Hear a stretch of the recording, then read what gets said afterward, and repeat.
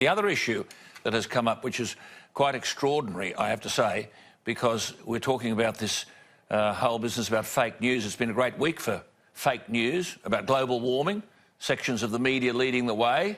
Remember, sinking islands in the Pacific, even though peer-reviewed science has found the majority of the islands are increasing in land size. Lies about the Great Barrier Reef. I spoke last week to Professor Peter Ridd about that.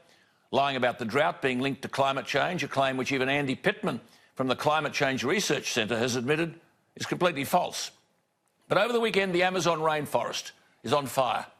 And everyone from our billion-dollar ABC blaming, of course, climate change. They mean global warming, which is rubbish. But when you look at the data, and you've got this French President Macron calling the Amazon an international crisis, when you look at the data, the stories are all fake news, green leftist nonsense designed to brainwash the public, especially gullible and naive children. Macron says the Amazon produces 20% of the world's oxygen. Well, even the notorious climate alarmist Michael Mann says that 20% figure is too high.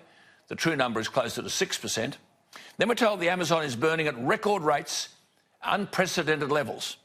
Is this because a non-lefty is the president of Brazil, so we can blame him, Bolsonaro? The facts are that fires occur in the Amazon region at this time every year. NASA's Earth Observatory states this, quote, as of August 16, 2019, an analysis of NASA satellite data indicated the total fire activity across the Amazon basin this year has been close to the average in comparison with the last 15 years. NASA's satellite data provides a daily update of global wildfires. Its data is compiled in the Global Fire Emissions Database. So are all these pictures and stories designed to attack the right-wing President Bolsonaro, who says he won't live and die by the Paris Agreement? Because the latest data unequivocally shows that this year, currently, is a low fire season in the Amazon. The exact opposite of what the media are reporting. Now, for monitoring and the recording of fires, the Amazon is divided into 10 separate regions. The combined annual cumulative number of fires in the Amazon for 2019, as at August 23, stands at 105,508.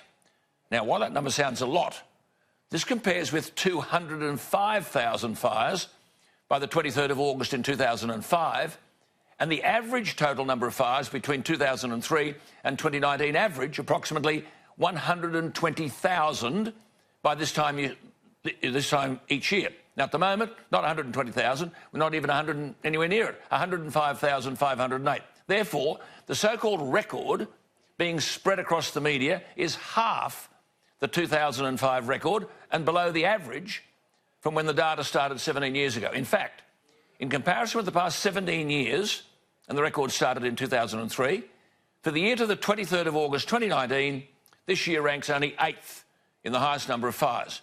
And the trend in the Amazon has been one of declining fires. Even the good old New York Times has reported that the vast majority of fires burning in Brazil this year are not in the rainforest. They're fires on agricultural land. The New York Times said, and I quote, scientists studying satellite image data from the fires in the Amazon rainforest said that most of the fires are burning on agricultural land.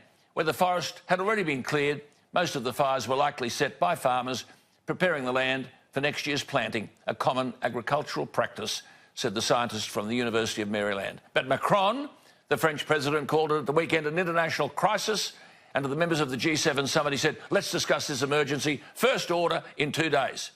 I'm also advised, by the way, that the photo posted by Macron on the internet is not of the current fires.